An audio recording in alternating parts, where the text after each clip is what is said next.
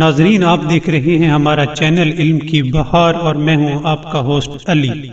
ناظرین، ایک دفعہ کا ذکر ہے کہ امام حسن علیہ السلام لوگوں سے مخاطب ہوئے اور فرمایا، اے لوگوں میری بات غور سے سنو، اصل جوان مردی مالداری اور تنگ دستی میں راہ خدا میں خرچ کرنا ہے۔ جو شخص سخی ہوتا ہے وہ لوگوں کا کھانا اس لیے کھاتا ہے تاکہ لوگ اس کا کھانا کھائیں، اور بخیل شخص اس لیے لوگوں کا کھانا نہیں کھاتا تاکہ لوگ اس کا کھانا نہ کھائیں۔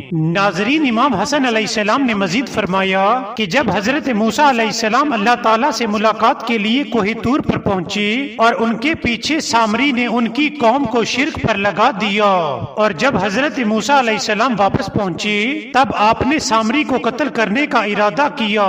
تب اللہ تعالیٰ نے موسیٰ کو وحی کی کہ سامری کو قتل نہ کرو کیونکہ وہ سخی ہے۔ تب اللہ تعالیٰ نے موسیٰ کو وحی کی کہ سامری کو قتل نہ کرو کیونکہ وہ سخی ہے۔